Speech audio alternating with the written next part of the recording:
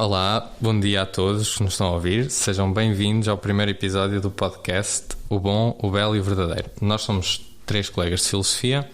Eu chamo-me José e tenho a sorte de estar na presença dos meus colegas João e André. Nesta série de podcasts vamos conversar acerca de vários temas da filosofia que esperemos que achem tão interessantes e fascinantes como nós. Bem, hoje vamos falar sobre o tema dos qualia. Isto é um tema tão interessante e fascinante quão difícil, como aliás costuma ser o caso quando se tratam de questões em filosofia. Portanto, é um tema de difícil resposta. É um tema que acho que tanto a mim como a todos nós, eu acho que é daqueles temas que em filosofia captam muito a atenção pelo facto de desafiar intuições que nós temos acerca da forma como nos relacionamos com o mundo e de uma forma muito direta. Portanto, tem a ver com o acesso que nós temos ao mundo, o acesso direto. Mas pronto, eu não vos vou confundir mais e acho que seria importante então começarmos este episódio. Primeiro, se quiserem por apresentar-se, podem fazê-lo, mas também podemos começar já por definir então o que é isto dos qualia, do que é que se está a falar em filosofia quando se fala de qualia. Não sei se queres começar, João, por falar um bocadinho Posso sobre começar, isso. sim. Bom dia a toda a gente que nos está a ouvir. Para falarmos um bocadinho de qualia e de consciência fenoménica, que são termos muito próximos, e eu já vou explicar porquê, se calhar vale a pena termos um panorama mais geral de filosofia da mente e de temas relacionados com a mente. Eu começava por colocar este problema em cima da mesa. O que faz com que estados mentais sejam estados mentais e não sejam estados meramente físicos?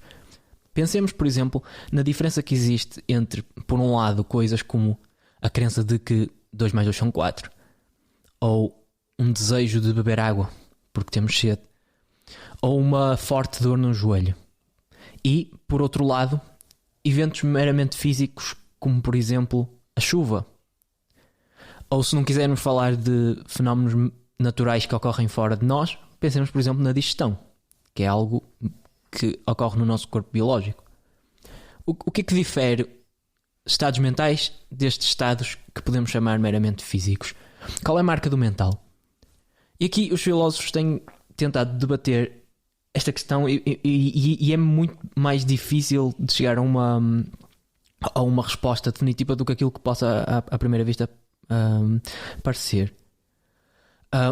Vamos pensar em algumas possibilidades. Por exemplo, poderia dizer-se aquilo que faz com que um estado de mente seja mental é o facto de ele representar alguma coisa sobre a realidade. Ele tem um certo conteúdo, okay? Por exemplo, a crença de que 2 mais 2 são 4 representa de alguma forma as coisas como sendo de uma determinada maneira. Neste caso, as coisas sendo de tal forma que 2 mais 2 é igual a 4.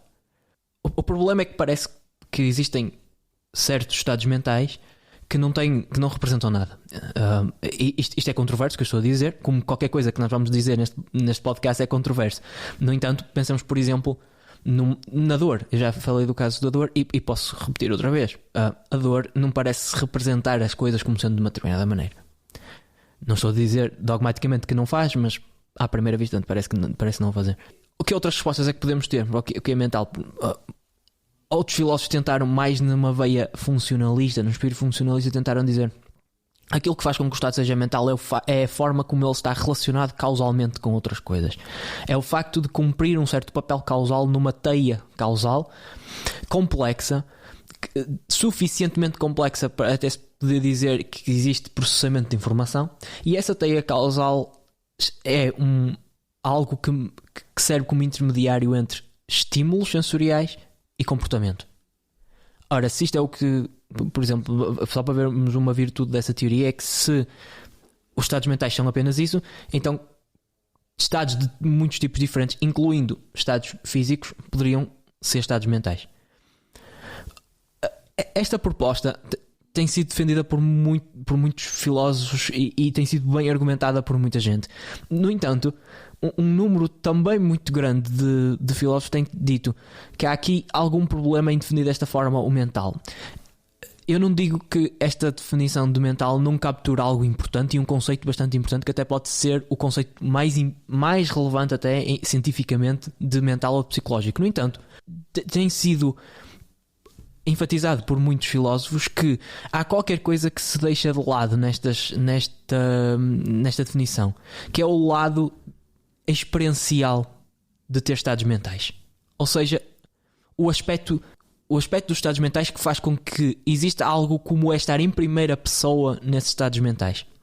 E é precisamente estas propriedades especiais de alguns estados mentais a que chamamos qualia. E é este tipo de consciência que adquirimos por ter estes estados mentais que chamamos especificamente consciência fenoménica. Para alguém que não esteja a ouvir, que não esteja familiarizado com este tema, para as coisas se tornarem um pouco mais concretas, pensemos, por exemplo, mais uma vez, no caso da dor. Eu já vou dar outro exemplo diferente a seguir, mas pensemos na dor. A dor não é apenas um estado neurofisiológico, não é apenas um estado que desempenha uma determinada função num organismo. Há alguma coisa como estar em dor. Sente-se de uma determinada maneira estar em dor.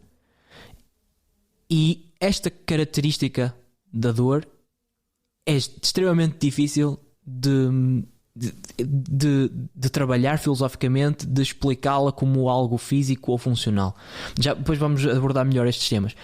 Para dar outro exemplo, por exemplo, as sensações de cor ou a sensação de calor. O calor não é apenas uma reação ou um estímulo ambiental. Há algo como sentir o calor. Nós conseguimos em primeira pessoa perceber que é diferente sentir calor de sentir frio. E acho que fico por aqui para já nesta introdução. Talvez só tentar complementar um pouco o que o João já trouxe muito bem. Eu vou só tentar fazer uma diferenciação aqui entre qualia e consciência fenomênica, de uma linguagem bem simples, sem trazer aqui noções muito filosóficas. O que o João já trouxe muito bem, a noção de qualia, pode ser pensada da seguinte forma. Por exemplo, eu tenho uma planta à minha frente, carregada com muitas flores de lavanda, por exemplo, e eu percebo o cheiro de lavanda. O cheiro, ele tem uma relação física, ou seja, tem partículas do pólen da planta que sai e atinge o meu nariz, e a partir dali eu sinto o cheiro. Só que o pólen que sai da planta atinge meu nariz, que faz o sistema nervoso responder, é a mesma coisa da qualidade de sentir o cheiro de lavanda. Então, quando a gente fala de qualia, a gente fala das qualidades das nossas experiências, né? O cheiro de lavanda, a cor do céu quando o sol está a se pôr, por exemplo. Isso são qualidades que nós temos na nossa experiência. A consciência fenomênica pode ser um pouco mais ampla, porque também parte de uma outra tradição filosófica, que é, por exemplo, eu sinto o cheiro de lavanda, eu não só tenho uma perspectiva em primeira pessoa do que é sentir o cheiro de lavanda, mas o cheiro de lavanda ele se conecta com outros aspectos que se dão na minha vida. Por exemplo, o cheiro de lavanda me lembra a casa da minha avó, por exemplo. E esse lembrar-se da casa da minha avó me traz um mix de sensações que estão associados àquele cheiro, que só pode ser tido mesmo em primeira pessoa. Então, a consciência fenomênica, penso, é uma coisa mais ampla que envolve toda a forma como nós percebemos a realidade. Como eu disse, o cheiro de uma planta não é somente um cheiro, ele pode estar associado a uma carga emocional, ele pode estar associado a uma memória, ele pode estar associado a uma série de questões que façam que eu perceba aquela qualidade de uma certa forma. E quando se fala em qualia, a gente fala precisamente das qualidades subjetivas de uma experiência, né? Como sentir o cheiro de alguma coisa, o que é sentir uma dor, o que é ver uma cor e assim por diante. Sim, exatamente. Para reforçar só um bocado aquilo que vocês também já explicaram, porque é que isto é uma questão, portanto, porque é que termos estas sensações subjetivas, esta posição na qual, pronto, sentimos algo, vemos uma cor, sentimos dor, porque é que isto coloca, ou porque é que isto causa um mistério em filosofia?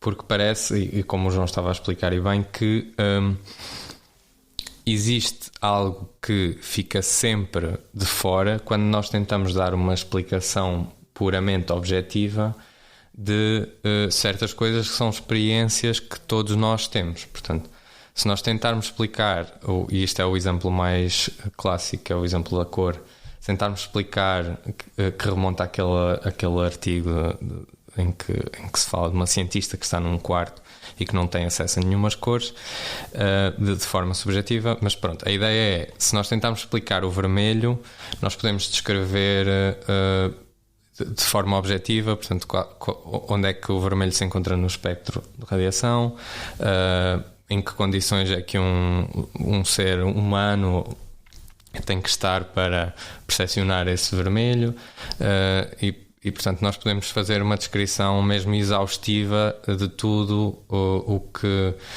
tem de estar envolvido para que um ser percepcione o vermelho. E mesmo assim parece que há algo que fica em falta, não é? Porque o vermelho parece que só se sabe o que é se estiver nessa posição em que se está a ver o vermelho. O exemplo que eu mencionei brevemente, que é o exemplo da cientista Mary, que passa basicamente a dedicar a sua vida a estudar tudo que há para ser estudado acerca do vermelho, portanto, em termos objetivos. Podemos pensar, pronto, na descrição física, podemos até pensar também nas conotações do vermelho, sei lá, as conotações culturais, ou tudo aquilo que se possa imaginar que se pode saber lendo um livro, que se pode saber, ou muitos livros neste caso, que se pode saber acerca do vermelho. Só que acrescentamos a este exemplo da Mary que ela está, pronto, numa sala fechada em que não pode ver o vermelho, não pode ver cor nenhuma. Suponhamos que não tem acesso, pelo menos ao vermelho, que é o relevante neste caso. A questão depois, uma das questões que surge e que causa perplexidade, que era a palavra que eu há bocado não me estava a lembrar, é se a Mary sai desse quarto e vê uma rosa vermelha, depois de ter passado toda a sua vida desde que nasceu, portanto, suponhamos que não teve mesmo acesso nenhum direto à cor vermelha. Se sai da sua casa, do seu quarto, e vê uma rosa vermelha, será que ela aprende alguma coisa? E isto é um dos problemas filosóficos que são suscitados pela questão dos qualia e que têm muito a ver com as questões relacionadas com a filosofia da mente que o João também já referiu, e o André. E pronto, eu acho que podemos, se calhar, começar por esta questão, a questão do conhecimento. Não sei, podemos passar para esta questão e depois discutir outras questões, porque este é um problema que acho que tem ramificações em várias discussões em filosofia. A implicação depois do argumento que muito bem explicaste, que envolve então o exemplo da neurocientista Mary, é que se ela adquire algum conhecimento, se ela adquire nova informação a partir do momento em que sai do quarto em que não existe a cor vermelha e vê um objeto vermelho, então houve algum aspecto do mundo, houve factos do mundo novos a que ela teve acesso.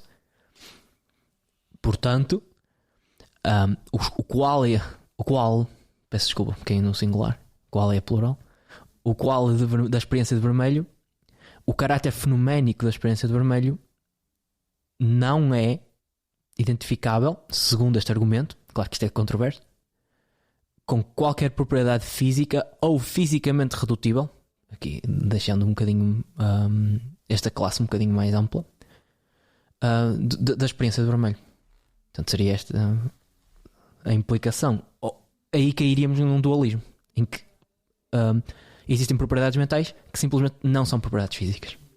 Portanto, seria aqui uma das possíveis implicações desta discussão. Sim, exato. Portanto, se respondermos que sim, ok, que ela adquire novos conhecimentos, poderíamos estar-nos a comprometer então com uma visão segundo a qual existe algo mais a conhecer para além daquilo que é descrito pela descrição, por exemplo, fisicalista do mundo. Sim, sobre essa questão do conhecimento, a pergunta, né? Sim, nós vamos chegar lá. O que o João disse e trouxe, eu acho interessante, porque é justamente isso. A gente cai numa espécie de dualismo, porque quando a gente tenta explicar essa visão em primeira pessoa, ela não é a partida redutível a processos físicos. Mas sobre a questão do conhecimento que o José trouxe antes também, a pergunta, né? A Mary é uma neurocientista que está dentro do laboratório, ela sabe absolutamente tudo que há para saber sobre como as cores são formadas. Ela percebe que existe uma frequência de onda que é a luz visível, e ela entende perfeitamente como tudo funciona. Acontece que ela mesma não vê cor. E ela sai do laboratório dela e ela pela primeira vez vê a cor. Ela aprendeu alguma coisa nova? Foi o que o José trouxe na questão se essa experiência em primeira pessoa ela traz conhecimento. A gente pode encarar essa pergunta também de uma forma no seguinte sentido. O que nós chamamos de conhecimento geralmente é algo proposicional, que eu digo a respeito da realidade pode ser confirmado pela via lógica ou pela via empírica. Uma experiência em primeira pessoa, por si só, não é conhecimento, porque a experiência ela não é ainda uma forma proposicional, digamos, de explicar a realidade, fazer sentido dela. No entanto, a questão é, será que a minha percepção em primeira pessoa, subjetiva da realidade, ela me abre a realidade de alguma certa forma? Ela pode me fazer ver a realidade de uma certa forma? E aqui, talvez foi que, em umas conversas anteriores que nós tivemos, foi que eu tentei trazer um outro exemplo, que era, ao invés da Mary estudar as cores e saber exatamente como as cores funcionam, e depois ela percebe a cor vermelha, se a gente mudar esse exemplo e dizer assim, não, a Mary ela faz uma modificação biológica no aparato ocular dela, de tal forma que ela consegue também percepcionar visualmente o infravermelho.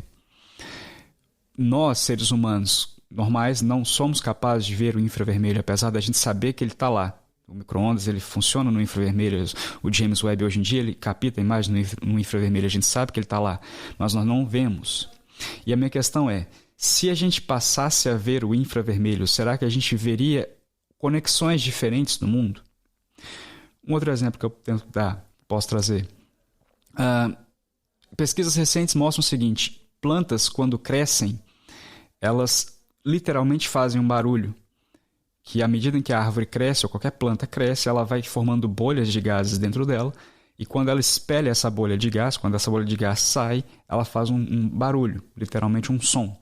Mas é um som infimamente curto, em frequência de onda, que nós somos incapazes de ouvir. No entanto, os insetos ouvem. E os insetos sabem quando é a hora ideal para poder buscar alimento em uma determinada planta a partir desse som. O que acontece aqui? Que uma perspectiva em primeira pessoa, digamos assim, abre a realidade de uma certa forma. A Mary, por exemplo, ela poderia não ver o vermelho, mas a partir do momento em que ela viu o vermelho pela primeira vez, ela consegue imaginar o que é ver a cor vermelha. Da mesma forma como hoje a gente não consegue imaginar o que seria uma cor infravermelha. Mas se eu tivesse a experiência de cor infravermelha, eu poderia talvez imaginar o que é essa cor infravermelha. Não significa que essa experiência em primeira pessoa seja necessária para se produzir conhecimento. Nós não vemos o infravermelho e sabemos que ele existe. No entanto, facilita a vida do sujeito cognoscente ter acesso em primeira pessoa a certas características da realidade. Não significa necessariamente que isso é o conhecimento, mas o mundo se abre, digamos assim, a partir dali. Trouxeste aqui exemplos fantásticos, André, e eu gostava de fazer alguns comentários sobre isso. Porque quando dizes a experiência em primeira pessoa abre novos aspectos da realidade ao sujeito, né? E isso, por exemplo, dá ao sujeito uma maior facilidade de se mover no seu ambiente, por exemplo, de procurar oportunidades de alimento, etc. O que eu acho interessante nestes casos é isso que ocorre em primeira pessoa poderia ser feito ou poderia ser gerado num organismo. Portanto, esse comportamento, essa disposição para procurar de uma determinada forma alimento, etc., poderia acontecer num organismo, mesmo que o organismo não tivesse qualquer tipo de experiência em primeira pessoa. Ou seja, nós podíamos replicar as percepções, e vamos utilizar aqui a palavra percepção, num sentido meramente funcional, ou seja, um organismo poderia ser capaz de detectar e de responder apropriadamente a certos estímulos ambientais, por exemplo, a emissão de determinados sons por parte de plantas, e o animal não ter qualquer tipo de consciência fenoménica ou de qualia nas suas experiências. E portanto, aqui entra mais uma perplexidade, creio eu, na noção de qualia. Além de nós não sabermos muito bem qual é a relação entre esses qualia e as propriedades físicas, além disso, nós nem sequer entendemos qual é propriamente a sua função na teia causal, porque experiências não carregadas com qualia também poderiam ter exatamente a mesma função e o mesmo e conferir o mesmo poder adaptativo aos organismos. Portanto, aí entraria mais um problema em cima da mesa. Eu até acho que essa é a maior perplexidade, se calhar, apesar de termos começado pela questão do conhecimento. Eu acho que a natureza destes fenómenos subjetivos dos qualia parece também, acho eu, estar muito relacionada com a natureza misteriosa destes, parece estar muito relacionada também com a natureza misteriosa da consciência, de certa forma. Isto faz-me lembrar aquele exemplo que é dos zombies filosóficos. Portanto, é aquela ideia de que nós não podemos imaginar, aliás, isto relaciona-se com, é possível fazer este raciocínio de duas formas. Um é imaginar que existe um ser, que é o chamado zombie filosófico, que é igual a nós em todos os aspectos do seu comportamento, portanto, reage a estímulos da mesma forma que nós, portanto, consegue ter conversas connosco, consegue desviar-se de um objeto que vá a alta velocidade contra ele, consegue pronto, tudo aquilo que nós fazemos, só que sem ter uma consciência a acompanhar esses processos.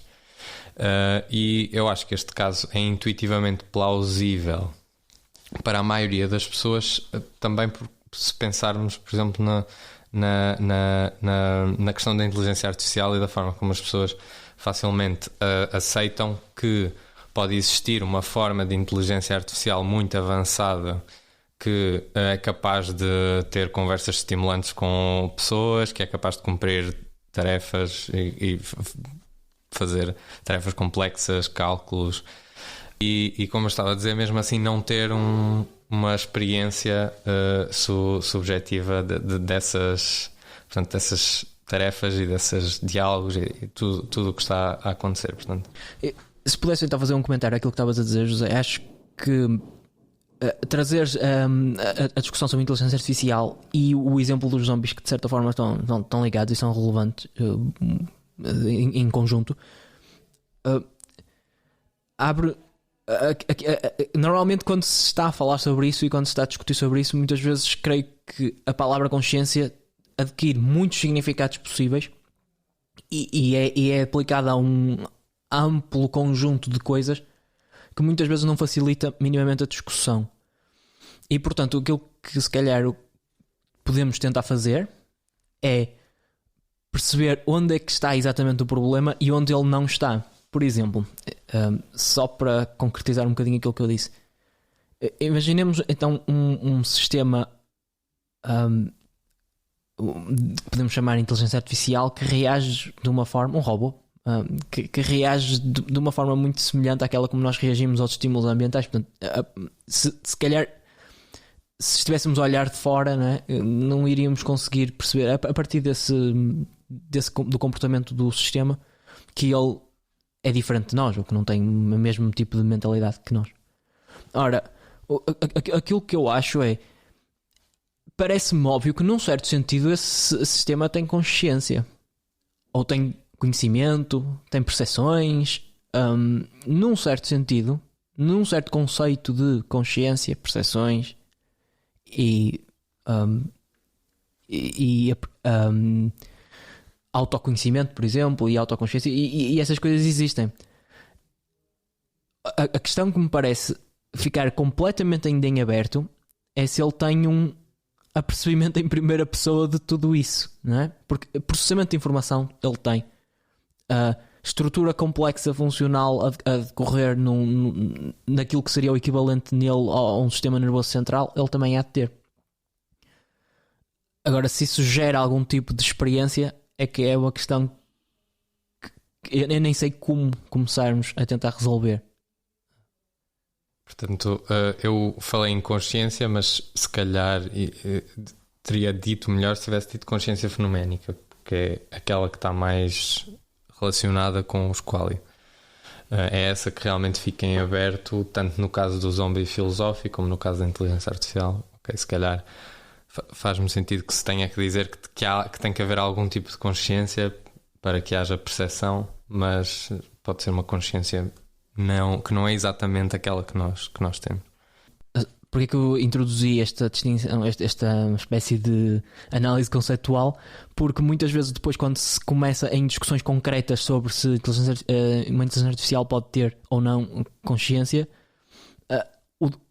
os argumentos a favor de que sistemas artificiais têm consciência muitas vezes estão a usar um conceito de consciência que não é exatamente o mesmo que tivemos de utilizar até agora nessa discussão. E portanto depois esse tipo de ambiguidades ou de sim, no fundo na ambiguidade no conceito gera no final conclusões que não são que não se seguem das premissas. Não, seria sim, a questão do quando a gente iguala consciência a processamento de informação é que gera esse tipo de problemática mesmo conceitual, que é, como o João disse, por exemplo, um inseto que percebe um som que, do ponto de vista humano, não é audível, a gente poderia dizer simplesmente que ele está fazendo um processamento de informação.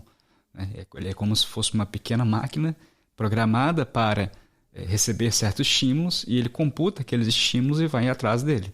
Quer dizer, eu posso olhar para um inseto e imaginar, ali não existe experiência em primeira pessoa no sentido que a gente está chamando de consciência aqui, consciência fenomênica, qualia. Por quê?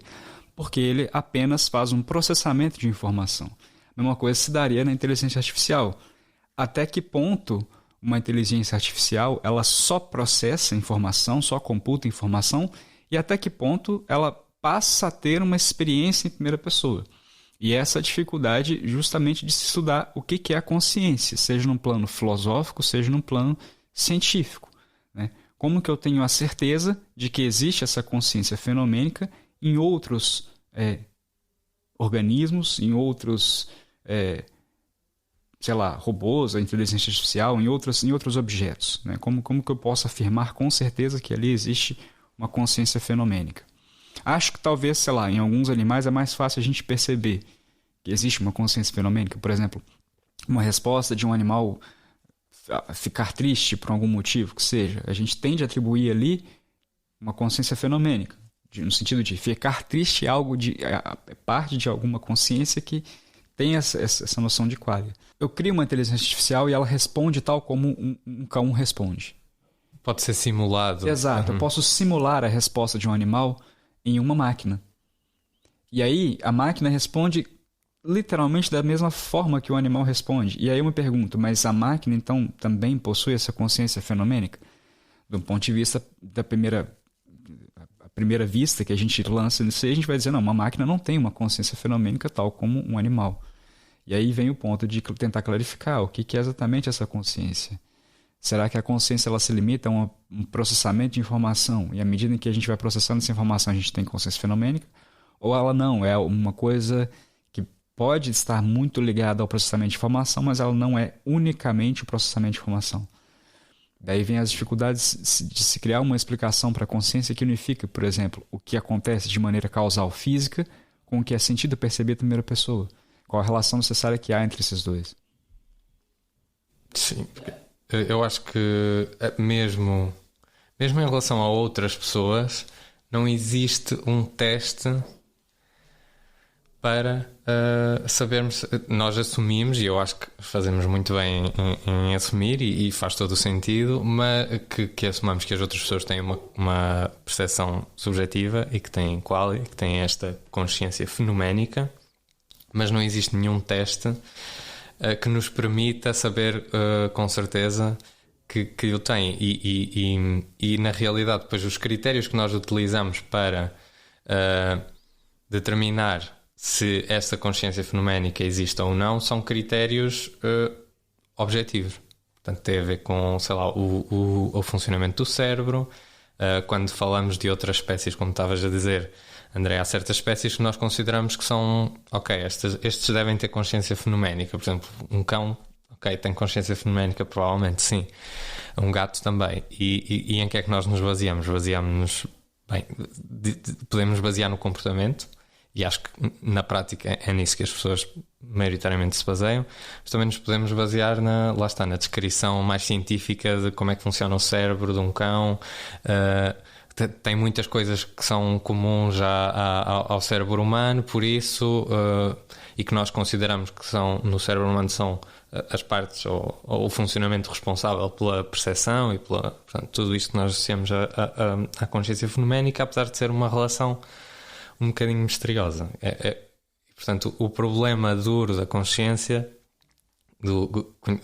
denominado assim pelo Chalmers, fica por resolver. Portanto, voltamos um bocado a essa questão, não é? A questão do mistério acerca do que é isso, a consciência fenoménica. Eu tendo a aceitar que existe essa distinção ontológica entre propriedades físicas, cerebrais, neurofisiológicas, funcionais, etc. E propriedades fenoménicas, qualia.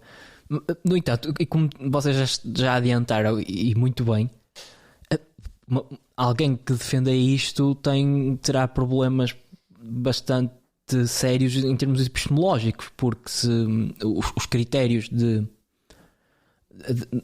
os critérios para encontrar ou para descobrir se um sistema tem ou não consciência fenoménica depois fica difíceis de saber quais são. Não são os critérios cerebrais, se calhar não temos muita justificação para os adotar, porque se são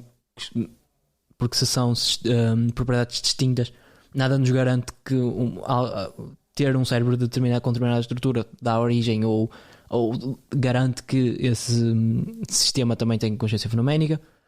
A mesma coisa de ter um comportamento muito complexo e processamento de informação complexo também não nos permite concluir que esse sistema tenha consciência fenoménica. E agora acrescento aqui um problema que se calhar é engraçado para pensarmos, apesar de se calhar não vamos levar muito a sério a nível prático, mas isso também nos diz que então algo radicalmente distinto de nós, que não tem processamento de informação complexo e não tem cérebros sequer parecidos com os nossos, ou nem tem cérebro sequer, também pode ter consciência fenoménica, porque se os critérios são distintos, então, por exemplo, uma mesa também pode ter consciência fenoménica.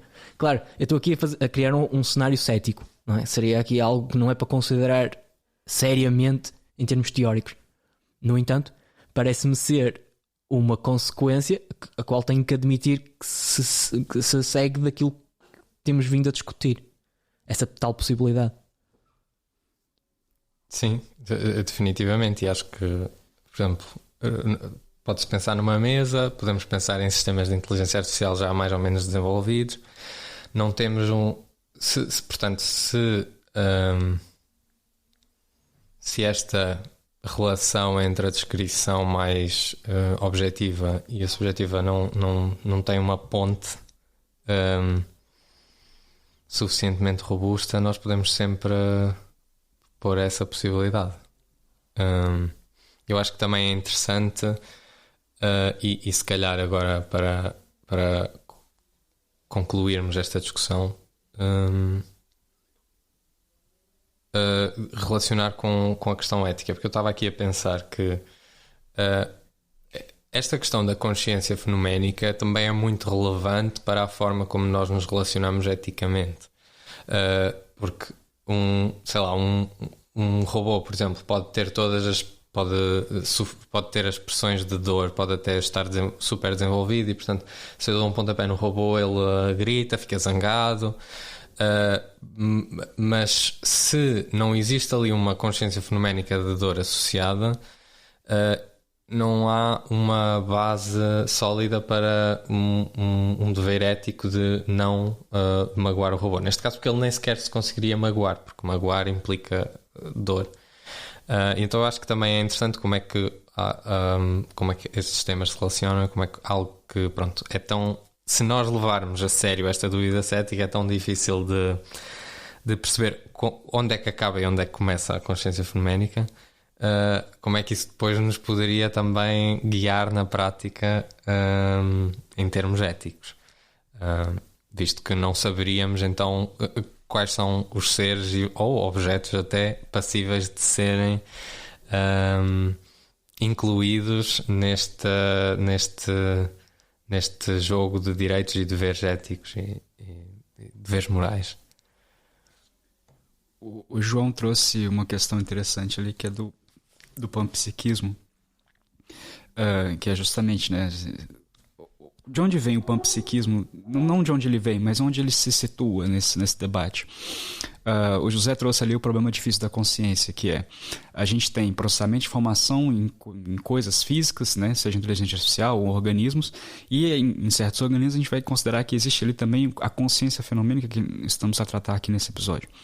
E isso sempre vai cair num dualismo, porque se a gente parte do pressuposto de que nós temos causas físicas, mas a nossa consciência subjetiva não equivale exatamente ao que acontece no mundo físico, então cai num dualismo, né? E o dualismo, a gente sabe muito bem ao longo da história da filosofia, é uma questão complexa, porque a princípio, quando ele é formulado mesmo, ele vem de uma ontologia mitológica, digamos, nós temos alma, nós temos coisas eternas e etc. E hoje em dia a gente sabe, já não é mais por aí. Então o panpsiquismo ele tenta resolver o problema difícil da consciência. Como? Ele vai dizer o seguinte: consciência não é nada de especial que surge em certos objetos que têm processamento de informação. A consciência ela é parte fundamental da natureza, ela é parte fundamental da matéria. O que acontece é que certos objetos são organizados materialmente de uma certa forma e a partir dali eu tenho consciência. Outros objetos que não são organizados da mesma forma, por exemplo, como nós, um corpo biológico, um sistema nervoso, etc., eles têm potencialmente também consciência, mas é um grau de consciência infinitamente menor do que seria o grau de consciência humana ou o grau de consciência de um outro ser humano. Então, como o João disse, essa mesa que nós estamos aqui agora em volta dela, ela poderia, de uma certa forma, estar consciente, mas isso levando em consideração um discurso panpsiquista que entende metafisicamente que a consciência não é nada diferente do mundo material. Ela depende apenas de um certo arranjo material que faz com que ela exista. Só que trazendo também o lado ético que o José trouxe. Essa visão panpsiquista ela traz enormes problemas éticos. A gente trazer para o mundo hoje a questão do aborto, por exemplo. Se eu afirmo tudo possui consciência, quer dizer, o embrião acabou de fecundar, ele já tem um mínimo de consciência. Então seria um prato cheio para um conservador e dizer, não, eu sou contra o aborto, por exemplo. Então isso é um tipo de pensamento que a gente está trazendo aqui na filosofia, discutindo o que é consciência, mas isso pode gerar implicações ético-políticas no mundo. De fato, a nossa interpretação sobre o que é consciência, ela de fato vai produzir uma visão ética sobre a realidade. No caso, por exemplo, também das máquinas, né? E é curioso a gente pensar que nós, em geral, tomamos apego às coisas, independentemente se elas têm ou não essa consciência fenomênica. E a gente pode deduzir, por exemplo, que uma máquina que não tem a consciência fenomênica, me apegar a ela tanto e respeitar mais essa máquina do que uma pessoa que desrespeita essa máquina. E eu posso pegar dos exemplos mais esdrúxulos, por exemplo, uma pessoa que se apega demais, sei lá, a uma TV, um micro-ondas, e diz, nossa, eu não vivo sem isso. E se alguém vai e usa errado, a pessoa briga, não, você está danificando meu aparelho. Até um robô mesmo, que está aqui na minha frente, um Android, que se assemelha muito ao ser humano, alguém chega e chuta esse Android, a nossa impressão vai ser, nossa, você está desrespeitando aquela coisa, mas é uma coisa, ela não tem consciência.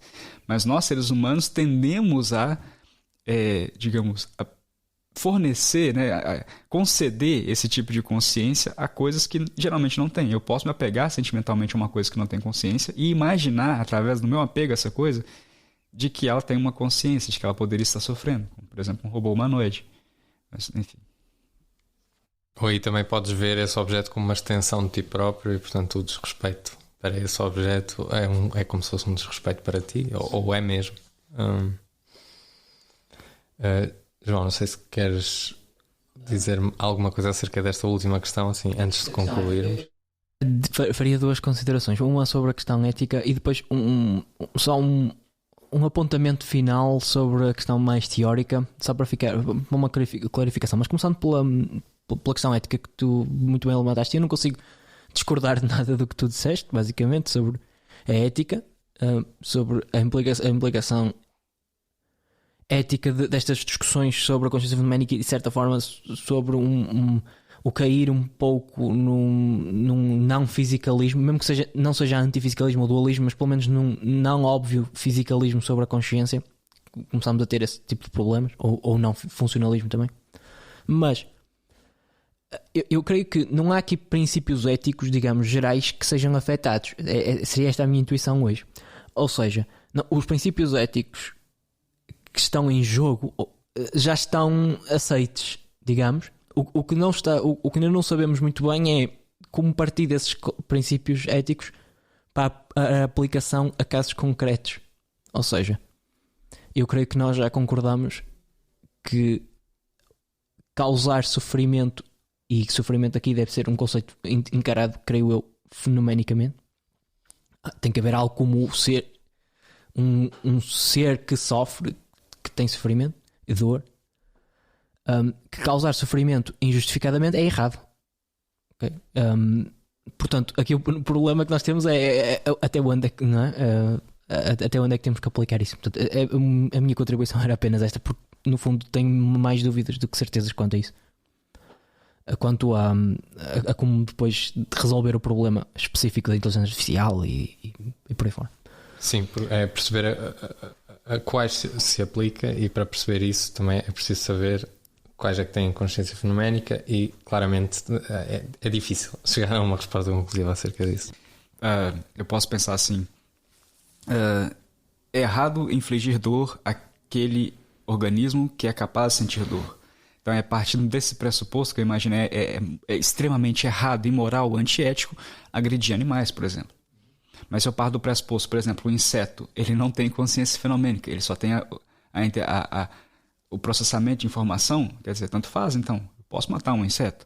A mesma coisa acontece com um robô humanoide. Se ele não é construído para perceber a dor, ele jamais vai ser capaz de sentir a dor. Portanto, mesmo que eu tente causá-lo mal a partir da dor, ele não vai ser capaz de sentir. Então, nesse caso, não faria mal. Mas faria mal, por exemplo, como o José diz, ao dono, que sente atacado por ele. Mesmo que eu esteja atacando uma coisa que é incapaz de sentir dor, causa dor à consciência de quem é dono daquela coisa. Enfim, é só um parênteses mesmo. Nesse caso também não estás a discordar do princípio geral ético que... Não mesmo. Não é? Ou seja, que é... apesar de eu não ser utilitarista ou consequencialista, eu considero que é um princípio bastante bem fundamentado de evitar injustificadamente a dor e o sofrimento de seres conscientes. Portanto, acho que aí concordamos todos. Agora depois temos que preencher os detalhes, e é aí que a coisa começa a ficar mais difícil. O meu último comentário, só se me permitirem, é: nós estamos aqui a falar de qualia, de consciência fenoménica, e estamos a dizer que existem inúmeros problemas metafísicos e epistemológicos associados a isso. No entanto, isto é controverso. É só para deixar aqui esta nota final, que existem muitos filósofos que consideram que esta discussão que estamos a ter não é propriamente a mais útil ou mais frutífera. E só para deixar uma abordagem distinta, com a qual que eu não sigo, mas que considero que é importante também colocar em cima da mesa, é a dizer o seguinte: nós estamos aqui a assumir que quando olhamos, entre aspas, quando focamos a nossa atenção nos qualia, nós assumimos que estamos a olhar para um espaço, um teatro interno subjetivo,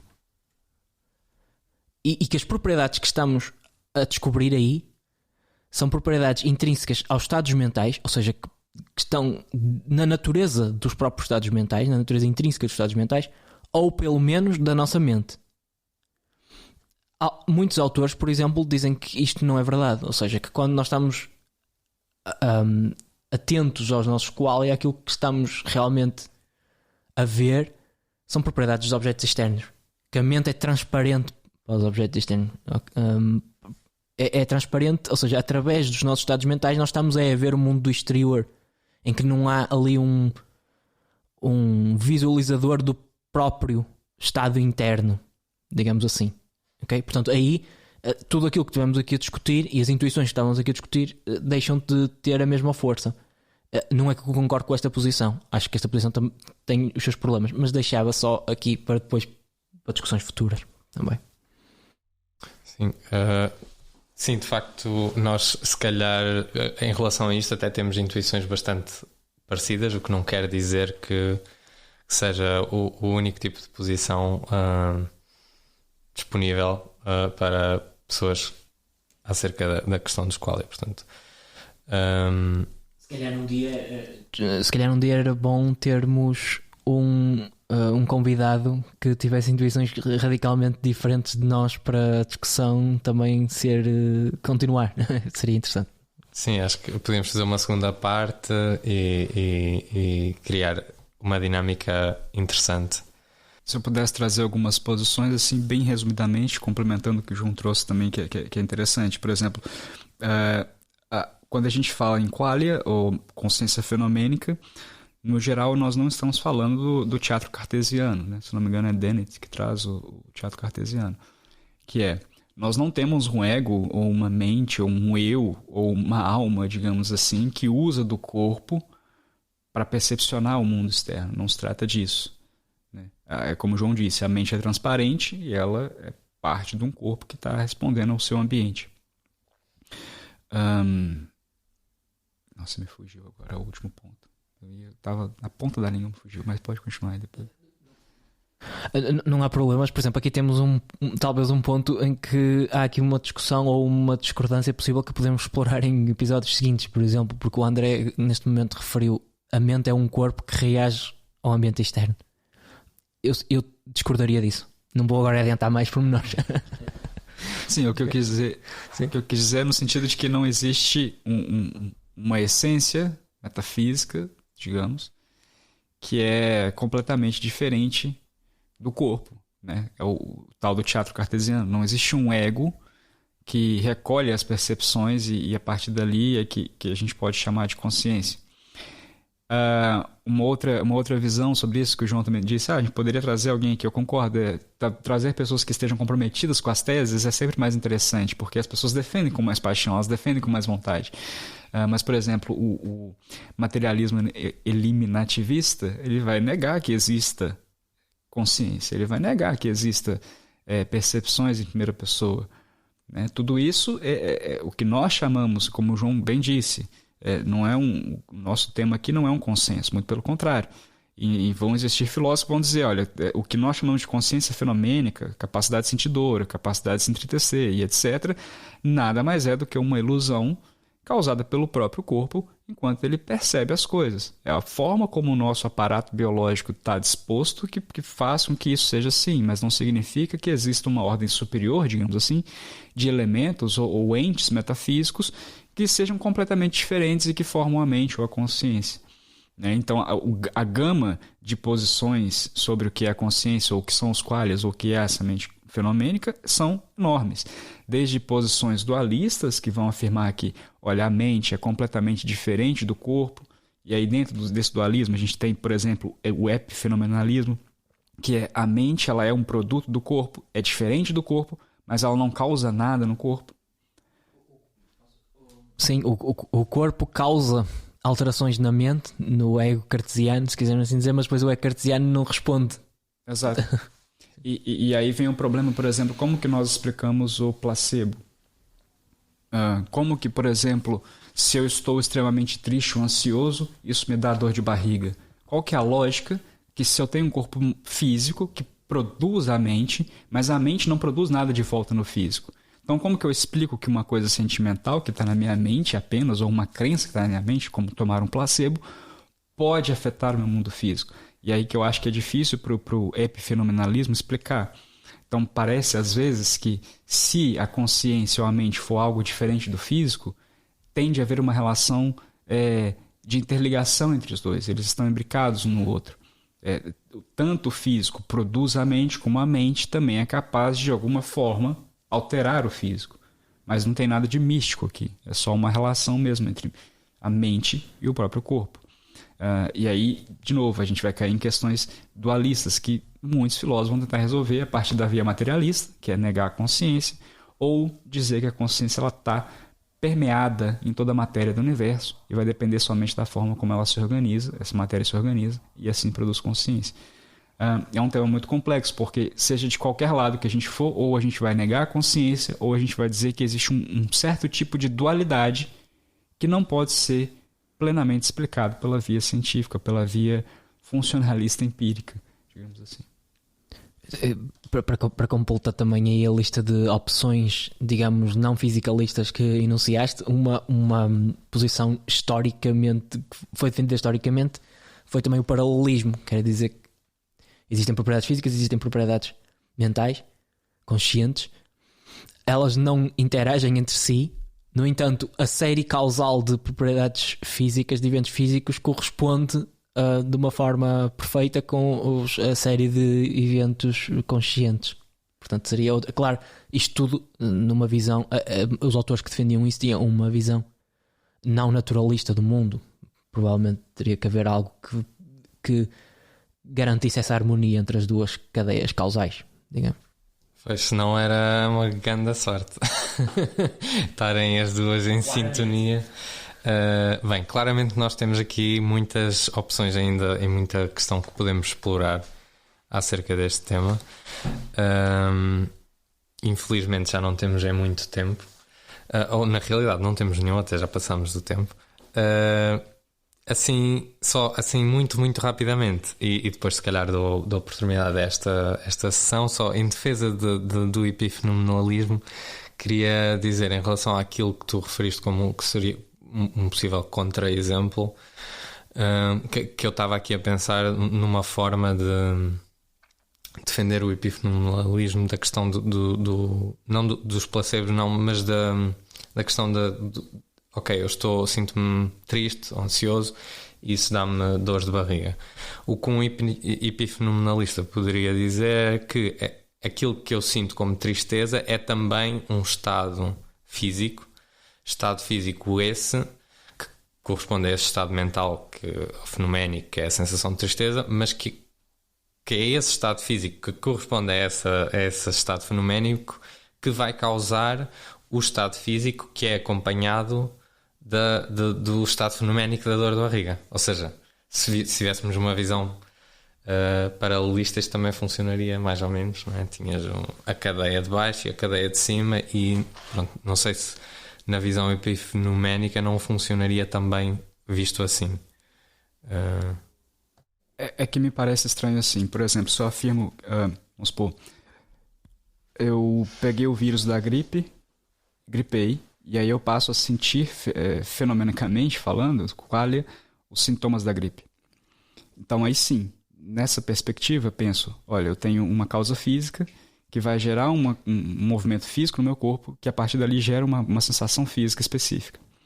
O problema da tristeza é que ela é estranha, porque assim, ou a ansiedade, imagina, não tem relação nenhuma causal. Eu agora, no meu corpo, está tudo perfeito. Eu não tenho nenhum sintoma, não tenho nada a acontecer. E alguém entra aqui, foi o exemplo que o professor Mograbi deu, alguém entra aqui e me dá uma notícia assim, perversa, algo de muito ruim aconteceu. E nesse exato momento que algo ruim, que eu tenho a notícia de que algo ruim aconteceu, eu começo a passar mal. Quer dizer, eu posso até desmaiar. Qual que é a lógica de, por exemplo, uma notícia que eu só escutei me fazer desmaiar, sendo que esse processo de que me levou ao desmaio já não estava no meu corpo físico antes de eu receber a notícia. Porque é que, por exemplo, a recepção da notícia, não poderá ser descrita de forma física? Tipo, a pessoa entra, produz sons, os sons chegam ao teu ouvido, esses sons têm uma determinada mensagem. Portanto, esse padrão de sons desperta em ti uma reação por causa disso, ou seja, eu não sei se fico convencido que não se pode fazer uma descrição causal completa de uma situação como essa. Sim, eu concordo, mas a questão é a gente diferenciar, por exemplo, qual que é o estímulo que vai gerar o desmaio e qual que não. Porque a gente conversa aqui, nós estamos a conversar e nada disso gera ansiedade, gera medo, gera angústia. Mas eu digo, por exemplo, não, estourou uma terceira guerra mundial, daqui a pouco tá vindo aqui a gente vai embora para casa assim, com um medo que é literalmente físico. Quer dizer, existe certas mensagens, certos sons que vão causar uma coisa física. Só que esses sons que vão causar uma coisa física, ele tem que passar por um filtro consciente para a gente conseguir dizer o que é importante e o que é que não. O que é que vai, de fato, atuar no nosso corpo físico e o que é que não. Quer dizer, não sei, só uma... Bem, o que é certo é que se fosse possível, seria sem dúvida uma história causal muito complexa e portanto tu tinhas que detalhar uma série de coisas acerca do desenvolvimento cognitivo do sujeito, a forma como cria a associação de certas palavras com coisas e como é que isso depois desencadeia estados emocionais. Ok, pode ser um bocadinho até excessivamente complexo não sei, para imaginar. E portanto aqui também poderiam surgir questões acerca da utilidade dessa consciência fenoménica para ter assim reações. Acho que acho que seria uma questão interessantíssima, lá está, para voltarmos a discutir. Por hoje, se calhar ficamos por aqui. E pronto, e terminamos assim então o nosso primeiro episódio o do podcast O Bom, o Belo e o Verdadeiro.